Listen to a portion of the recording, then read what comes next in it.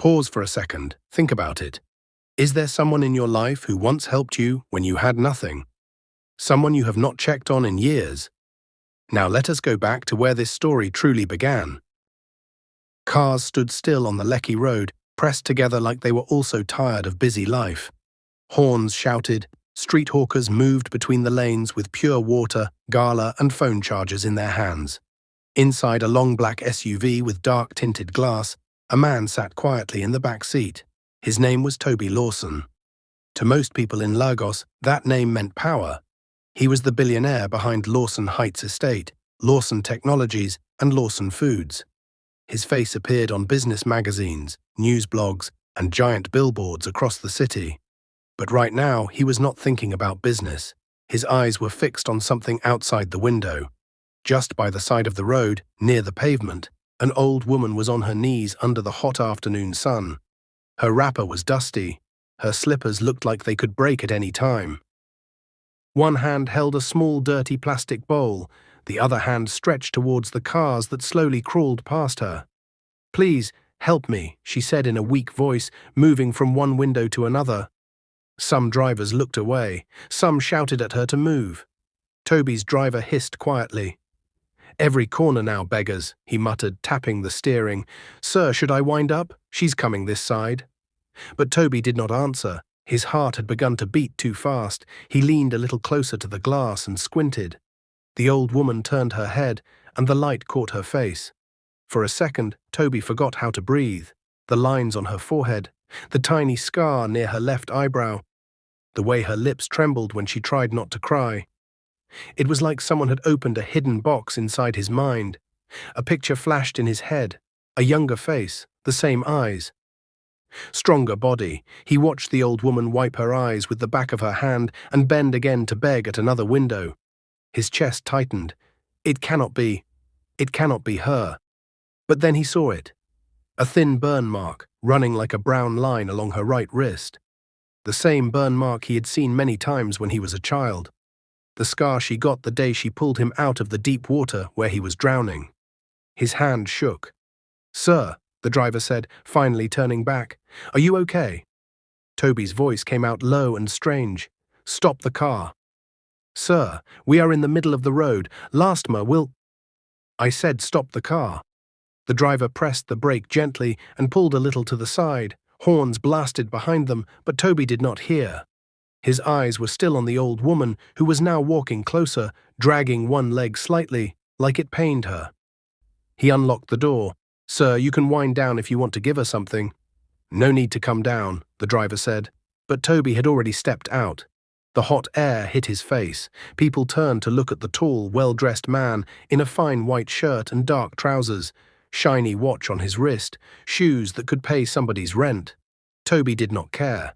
He started walking towards the old woman, one slow step after another. She moved in front of another car and bowed her head, raising her bowl again. "Anything, sir. Please, even 50 naira. A Danfo bus sped past too close. The wind from it pulled at her wrapper, almost making her lose balance. She held her chest for a moment, then straightened up and turned. Her eyes met Toby's. For a moment, the whole road felt quiet to him.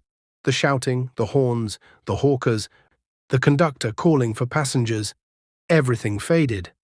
All he could see was her face. All she could see was his. Toby's throat became dry. His lips parted. He took one more shaky step forward and opened his mouth to call the name he had not said in more than 25 years. Auntie Grace? The story did not start on that road. It started long before that day, in a small compound in Surulere, when Toby was just 5 years old and did not know what it meant to die. Back then, his world was simple. His father was always busy, wearing suits and talking on the phone. His mother loved fine clothes and parties on the island. The house was full of people, drivers, cleaners, cooks. But the only person who truly watched him, who really saw him, was the nanny his parents hired when he was 3. Her name was Grace Okafor. She was only 24 when she came to live with them, a slim young woman from a small village in Anambra. Toby loved her more than he loved his expensive toys. One day the gate to the backyard was slightly open. Toby could hear the older boys laughing near the pool. By the time he reached there, they had left, running back to the front of the house. No one was there. The water in the pool looked calm, bright, beautiful. He remembered the way it felt cool on his feet. He wanted to feel it again, but stronger this time. He wanted to prove he was also a big boy. So he climbed onto the edge. Toby did not know how fast a small mistake could become a nightmare. His slipper slipped, his body tilted forward. The world turned upside down as he fell, straight into the deep side of the pool. The shock of the cold water stole the air from his lungs. He tried to shout, but water rushed into his mouth. He kicked his legs, reached out his hands, but there was nothing to hold. The only thing he saw was the blue water above him, getting darker as he sank. It was then that his small heart understood fear. His chest burned, his body felt heavy. He thought of his mother's face, his father's cold eyes, and Auntie Grace's warm hug. But there was no voice, no next time. Just when everything began to fade, a shadow cut across the bright surface. Something strong grabbed his arm. Hands, familiar hands, pulled him up with all their strength. His head broke out of the water. He coughed and cried at the same time, clinging to the person who held him. It was Auntie Grace. Her scarf was gone. Her hair stuck to her face. Her chest rose and fell quickly as she dragged him to the shallow end, half swimming, half pushing him to safety. When they reached the edge, she pushed him up and lifted herself out, shaking. "Toby, Toby," she cried, hitting his back gently as he coughed out water. Look at me, my boy." His parents came running when they heard the noise. His mother screamed when she saw him on the ground, wet and shaking. His father's face turned white, then red. "Who left him alone?" his father shouted. "She saved him," one of the guards said, pointing at Grace, who was still on her knees, holding Toby like he was her own child.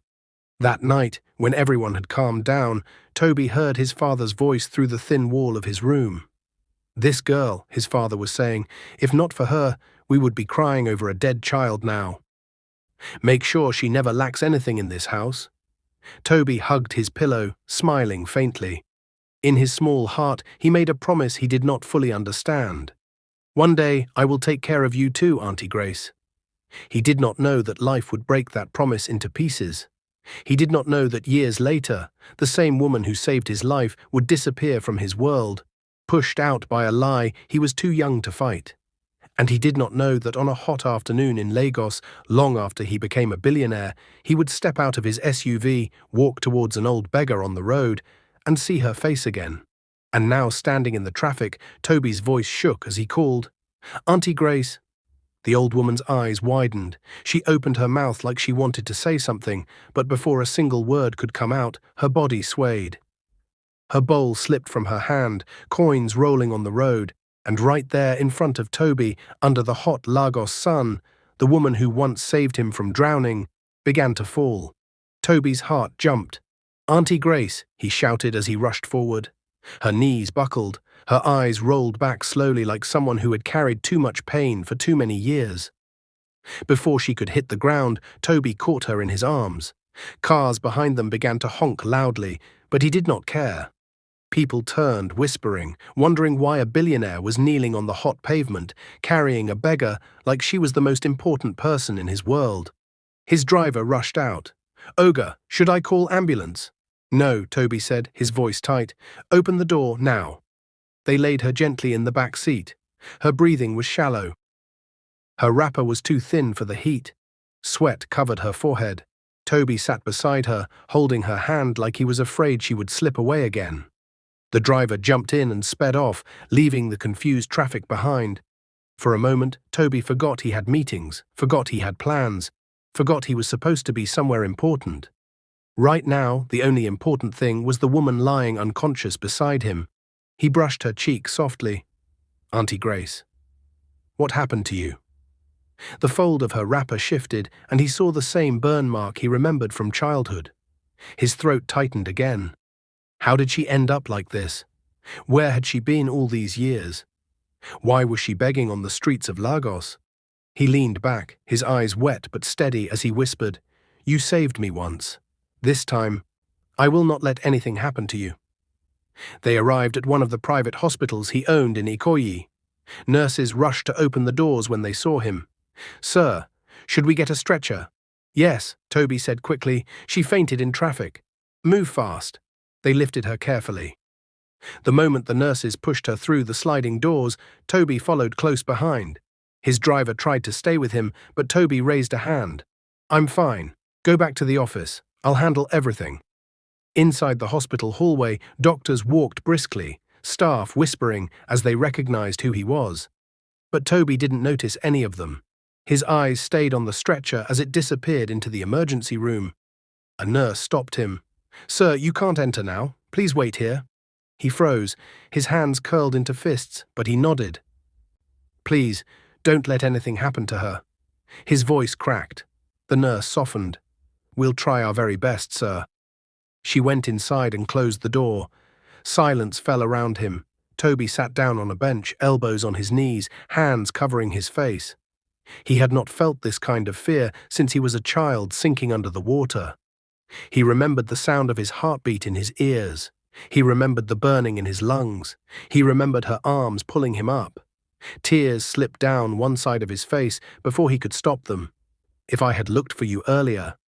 If I had not believed that lie. He squeezed his eyes shut. He remembered the day she left. He was only 10 years old. His father had accused Grace of stealing money from the house. He remembered how she cried, how she begged them to check again, how she said she never touched a naira that did not belong to her. But his father refused to listen. They threw her out while Toby stood at the window crying, begging his father to stop, shouting that she didn't do anything. But he was a child. His voice did not matter, and they never saw her again. Years later, Toby discovered the truth. Another maid had stolen the money. But by then, Grace had disappeared. No one knew where she went. His chest tightened painfully. A doctor finally stepped out of the room. Mr. Lawson, Toby shot to his feet. She's stable, the doctor said gently, but she is very weak. Severe dehydration, low blood sugar, signs of long-term exhaustion. Toby's jaw clenched. How long has she been living like this? The doctor shook his head sadly. Sir, many people in Lagos are suffering quietly. Toby swallowed hard. Can I see her? Yes, but do not stress her. She just regained consciousness. Toby nodded and walked into the room slowly. Grace lay on the bed, a drip attached to her arm. She looked smaller than he remembered, like life had squeezed everything out of her and left only skin, bones, and pain. Her eyes were closed. He walked closer, pulled a chair, and sat beside her. He stared at her face, the face he never forgot, and whispered, I'm so sorry. Her eyelids fluttered. Slowly they opened. She saw him. At first her eyes did not understand. Then they widened slowly. Oh God, she whispered, her voice thin and shaky. Is this really you, Toby? He held her hand. Yes, Auntie Grace, it's me. A small, weak smile appeared on her lips. You grew into a fine man. You saved my life, he said, tears filling his eyes again. I've been searching for you for years. She closed her eyes like she didn't want to cry. My son. Life pushed me many times. I worked, I tried, but things kept going wrong. Toby leaned closer. Why didn't you find me? Why didn't you call? She looked away slowly, eyes glistening. Because your family chased me away, and I was afraid to come back. Toby froze. What? A tear slipped down her cheek. Someone from your house told me I should never come back. Toby's heart broke into pieces. No, Auntie Grace. His voice trembled. I cried when you left. She sighed softly. I thought it was better to stay far, so you could grow in peace. Toby's hands shook around hers. All these years, you suffered alone because of a lie. Before she could answer, her chest rose sharply, then fell slowly. Her hand slipped from his. Auntie Grace, he whispered. Her eyes closed. Auntie Grace? Her chest moved again, then stopped. Toby stood up so fast his chair fell back. Doctor, he shouted, voice breaking. Doctor, please. Nurses ran in. A doctor followed. Machines beeped loudly. Toby felt his world sinking just like the day he was drowning as a child. He held the edge of the bed, eyes wide with fear, watching the doctor press hard against her chest. "Stay with me," Toby whispered. "Please, don't go. Not again." The doctor gave one last look at the heart monitor, and then something happened that made Toby's entire body shake. The machine gave a flat single tone, a long continuous beep. The kind that meant one thing, the kind that meant everything had just changed. And before anyone could stop him, Toby grabbed her hand and shouted, "Auntie Grace, please." The long, sharp beep filled the room. It was the kind of sound that freezes your blood. The kind that tells you time has stopped.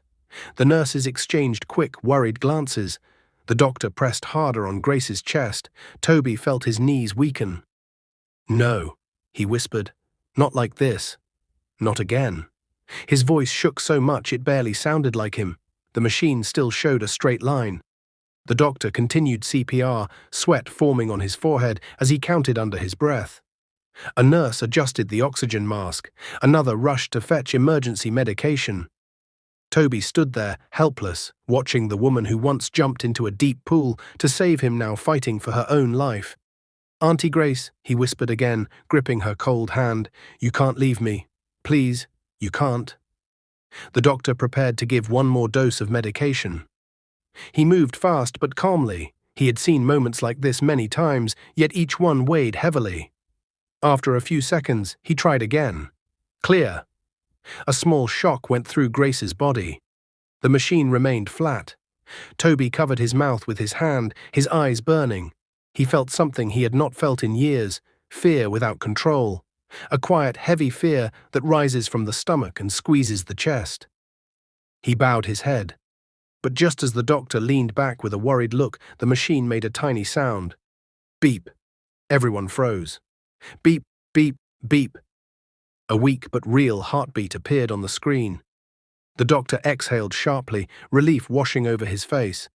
"She's back," the nurses sighed. One of them wiped her forehead. Toby's legs almost gave out. He lowered himself into the chair slowly, hands shaking. "Thank you," he whispered. "Thank you." A nurse stepped forward. "She is very weak, sir. Her heart is tired. But we stabilized her. What she needs now is rest." "Good rest." Toby nodded, but his jaw was still tight. He looked at Grace's face. She looked like someone who had lived through more pain than her body could hold. Someone who carried silence for too long. Someone who had no one to call when life became too heavy. He wiped a tear that escaped his eye. "I promise," he whispered close to her ear, "I will not fail you again." Minutes later, the nurses cleaned the room. The doctor left instructions, and Toby remained by her bedside, refusing to move. As he sat there, watching her breathe gently, he remembered the last real conversation they had before she disappeared years ago. He had been 10, a small boy in an expensive house. She had been the only person he trusted. That morning, years back, he found her sitting outside with a small bag beside her, crying. "Auntie Grace?" he had asked, confused. She quickly wiped her tears and smiled. "Toby, my boy. I am going home." "Home? Why? Are you coming back?" Her lips trembled. "No, my child." He shook his head fast, grabbing her hand. "But why? Did I do something?" She hugged him tightly, pressing his head against her chest. "My son, you did nothing. You are a good boy. A special boy. Never forget that." He looked up at her, tears in his eyes.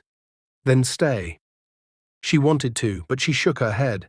Something had broken her inside. He remembered running after the car that took her away. He remembered screaming until his voice cracked. He remembered the house feeling empty even though it was full of people. His world had changed that day, and he never forgot. And now circumstances had made them cross paths. Back in the hospital room, Grace's eyelids fluttered again. Toby leaned forward immediately. "Auntie Grace, can you hear me?" She opened her eyes slowly, struggling to focus. "Toby," she whispered faintly. "I'm here," he said. His voice was soft but strong. "I'm not leaving." A tiny smile touched her lips. "You grew into a good man. You made me one." She blinked like she wanted to understand something. "Toby, why did you come down from your big car to carry someone like me? From the road?" Toby swallowed hard. Because you carried me out of the water when I could not breathe, he said. Because you saved me when I was small. Because you protected me more than anyone else in my life. Grace's eyes softened. She remembered that day.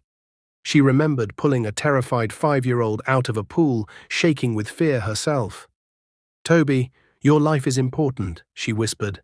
I could not let anything happen to you. And now your life is important to me, Toby said, voice trembling. More than you know. She looked at him for a long moment, her eyes searching his. Toby, she said quietly, I did not want you to see me like this. He held her hand tighter.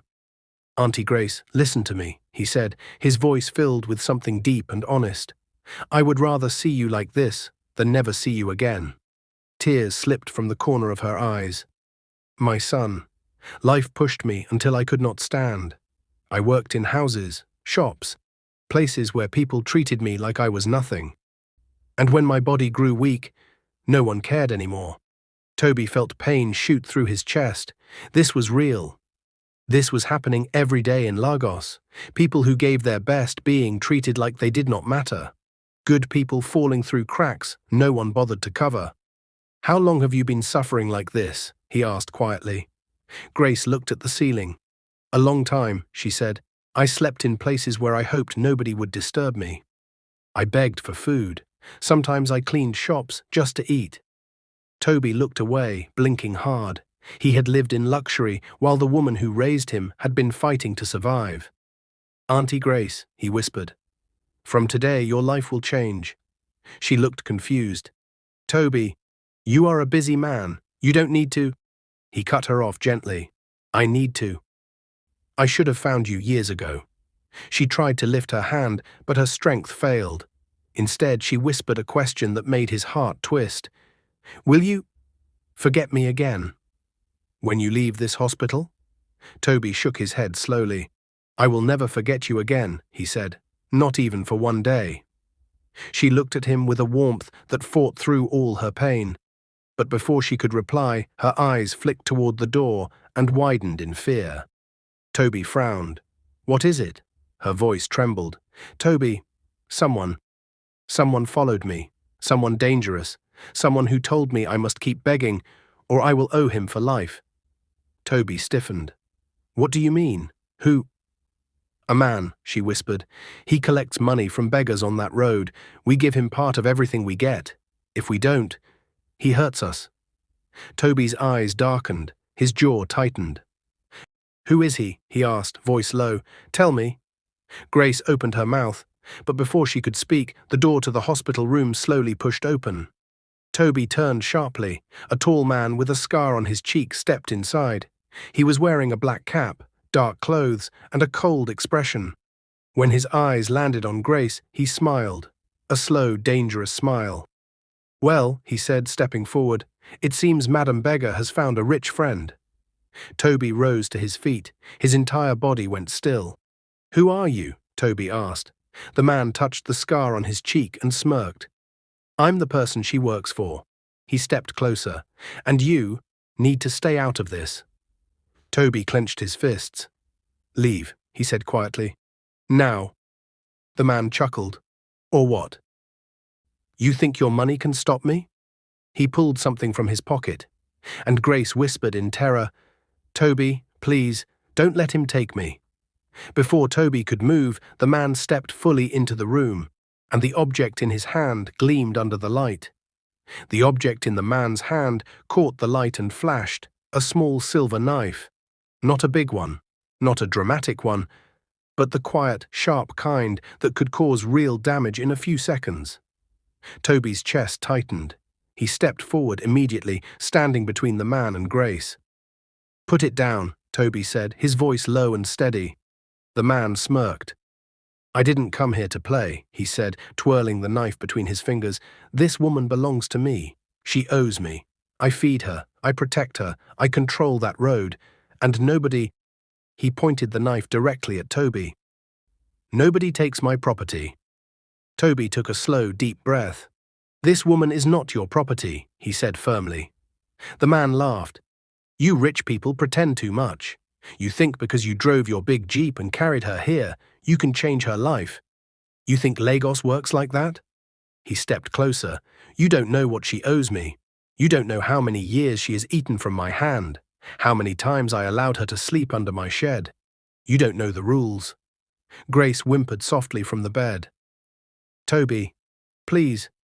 Toby glanced back at her, then returned his gaze to the man. I don't care about your rules. The man's smile dropped. A thin line of anger appeared across his face. You will care, he hissed, when I show you why people don't cross me. He lifted the knife slightly. A nurse who had just walked into the hallway instinctively gasped and ran back to call security. But the man noticed. He stepped forward fast, too fast, and grabbed the metal IV pole beside Grace's bed. With a loud clang, he pulled it free and swung the bottom frame forward. The metal stand crashed onto the floor, scattering packets and pushing the bedside tray away. Grace screamed. Toby rushed in front of her. Everything happened too quickly. The man lunged. The knife moved. Toby blocked him with his arm, forcing the man backward, but the movement caused the knife to scrape across Toby's sleeve, slicing neatly through the fabric. The blade just missed his skin. Toby didn't flinch. He grabbed the man's wrist with surprising speed, but the man twisted away. He was clearly used to fighting. Toby, stop, Grace cried weakly. He is dangerous. He has people, many people. I don't care, Toby shouted, his voice heavy with anger. He will not touch you again. The man lunged again, but this time Toby caught his wrist and slammed it against the wall. The knife dropped, clang, it bounced on the tiles. The man tried to punch, but Toby blocked it and shoved him back with all the strength he had. The man stumbled into a chair, knocking it over. Just then, 3 hospital security guards burst into the room. Sir, step away, one shouted. The man panicked. He looked at the window. He looked at the door. He looked at Toby, whose eyes were now cold and steady. You think because you have money, the man spat, you can end me? No, Toby said. I think your choices will end you. The man tried to make a run for the door, but 2 guards tackled him at once. He kicked and struggled, shouting curses. You don't know who I am. Leave me. She belongs to... A guard slapped handcuffs onto him. The fight left the man's body instantly. More staff rushed in. A nurse quickly approached Toby, checking his arm. Sir, are you injured? No, Toby said, still breathing hard. I'm fine. But his eyes remained on Grace, who looked shaken, terrified, and guilty. When the man was dragged out, still shouting empty threats, the room grew quiet again. Toby sat down beside Grace and took her hand gently. She started crying softly. Toby, you should not have done that. They will come for you. They don't forgive things like this. They control many beggars. They force us. Auntie Grace, he said firmly, look at me. She lifted her eyes slowly, tears on her face. You are not going back to that road, Toby said, ever again. But you don't understand. They take money from us every day. If we don't give them, we suffer. If we try to stop begging, they threaten us. If we leave Lagos, they find us. Not anymore, he said. You are under my protection now. She tried to shake her head, but she was too weak. Toby, don't build trouble for yourself because of me.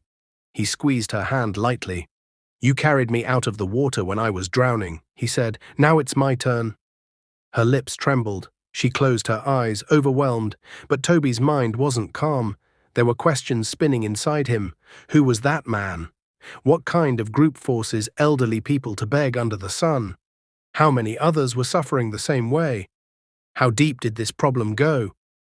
This was not just about Auntie Grace. This was about something much bigger. And he felt a responsibility he could not ignore. He stood up and faced the doctor. Put her on private care, Toby said. No one enters this room except those you trust completely. And assign 2 security officers at the door, day and night. Yes, sir, the doctor replied immediately. Toby nodded, then turned back to Grace. I'll be back soon, he said softly. She held his wrist weakly. Where are you going? He leaned slightly closer.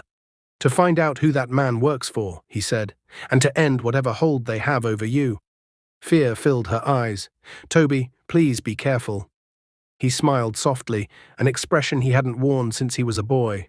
I'm not the child you saved from the pool anymore, he said. I'm a grown man now. and I will fight for you." She swallowed hard, tears falling again. "Toby." He gently wiped her cheek. "Rest. I'll return soon."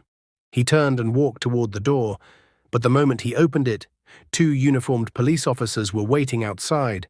One of them looked straight at him and said, "Mr. Lawson, we need to talk to you. It's about the man who just attacked your friend." Toby stiffened.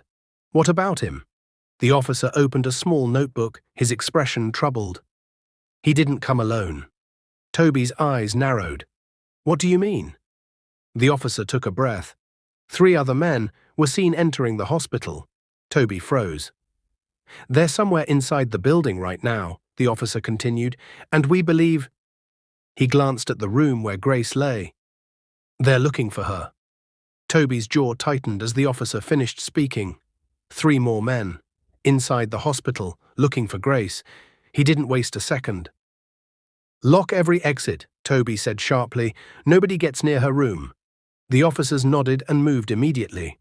Nurses hurried down the hallway, shutting doors and guiding patients back to their rooms. The quiet hospital suddenly carried a soft tension, like everyone could feel something was wrong. Toby returned to Grace's bedside. She looked up at him with frightened eyes. "Toby, what is happening?" "You're safe," he said gently, "but I need you to trust me for a little longer." Suddenly, a loud thud echoed from the far end of the hallway. A security guard shouted, "Stop there!" Toby moved without thinking. He stood in front of Grace, shielding her with his body. His heart pounded, not from fear, but from determination. The door burst open. 2 officers pushed a struggling man into the doorway, one of the 3 who had sneaked into the hospital. He glared at Toby. "You think you've won? You think she can just walk away from us?" Toby stepped forward, his voice calm but firm. "She's not walking away," he said. "She's starting a new life, one you will never touch again." The man spat on the floor. "You don't know who we work for." Toby smiled faintly. "Then let your boss come and meet me." The police dragged the man out. Another officer approached. "Sir, the other 2 have been caught. They'll face charges for assault, extortion, and attempted harm." Toby nodded slowly. For the first time that day, the tension in his shoulders eased. He turned back to Grace. Her lips trembled. "Toby, you didn't have to risk all this for me." "Yes," he said softly, sitting beside her. "I did. You saved my life when you had nothing. Let me save yours now that I have everything." A tear rolled down her cheek, this time not from fear, but relief. 2 weeks later, Grace stepped out of a bright, clean room into the private hospital garden. She wore a new wrapper and blouse, her hair neatly done, her face fuller and healthier than before. Toby was waiting for her near a small bench. She walked slowly toward him. "I look different," she said shyly. Toby smiled.